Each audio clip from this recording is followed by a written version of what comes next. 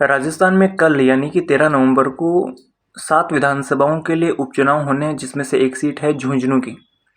झुंझुनू में इस बार जो मुकाबला है वो त्रिकोणीय है, जिसमें से एक जो पहले हैं वो बीजेपी से है, बीजेपी के राजेंद्र भामू। दूसरे ब्रिजेंद्र ओला के बेटे, उनके सुपुत्र अमित ओला है। और तीसरे हैं राजेंद्र सिंह हुड्डा, जो उदयपुर वाटी से विधायक रह चुके हैं, मंत्री भी रह चुके हैं कांग्रेस सरकार में। तो इन तीनों के बीच में ये झुंझुनू की सीट का मुकाबला है।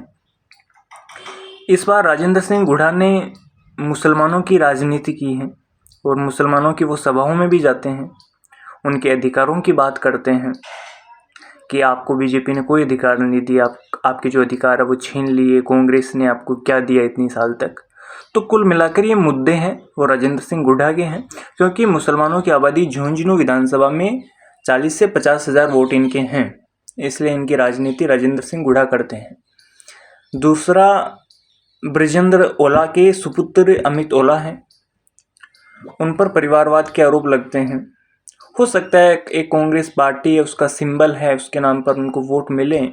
बाकी राजेंद्र सिंह हुड्डा का भी ये कहना है कि मुझे जितने वोट मिलेंगे उससे आधे वोट भी अमित ओला को नहीं मिलेंगे, और अमित ओला तीसरे नंबर पर है।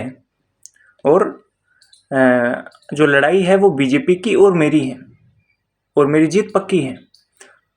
देखना होगा 23 नवंबर को, क्योंकि कल 13 नवंबर को वोटिंग है और 23 नवंबर को इसका परिणाम भी आना है। जब महाराष्ट्र और झारखंड के जो नतीजे आएंगे उसी दिन झुंझुनू विधानसभा और बाकी जो 6 विधानसभाएं हैं राजस्थान की, उनके भी नतीजे आने हैं। तो कुल मिलाकर झुंझुनू की जो राजनीति है उसमें कांग्रेस, बीजेपी और निर्दलीय। राजेंद्र भामू को इस बार ये भी फायदा हो सकता है, क्योंकि पिछली बार भी उन्होंने चुनाव लड़ा था, लेकिन अपनी ही पार्टी में गुटबाजी के कारण जो बबलू चौधरी थे उनके कारण उनको हार का सामना करना पड़ा। बबलू चौधरी भी एक बार चुनाव लड़ चुके हैं, उनकी भी हार का कारण राजेंद्र भामू थे। तो इस बार देखना होगा, हो सकता है मोदी जी के नाम पर वोट मिले, हो सकता है कि खुद के नाम पर, प्रतिनिधि के नाम पर वोट मिले। तो देखना होगा 23 नवंबर को इसकी परिणाम आने। और राजेंद्र सिंह हुड्डा जो एक बार मंत्री भी रह चुके थे कांग्रेस पार्टी में, लेकिन उन्होंने लाल डायरे का मुद्दा उठाया और उन्हें कांग्रेस से बर्खास्त कर दिया गया, निकाल दिया गया। फिर वो शिवसेना में गए, एकनाथ शिंदे की पार्टी में। फिर वो अब झुंझुनू से निर्दलीय दावा ठोक रहे हैं।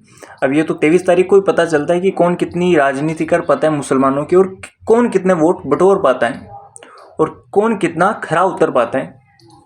तो 23 तारीख तक इंतज़ार करते हैं। धन्यवाद।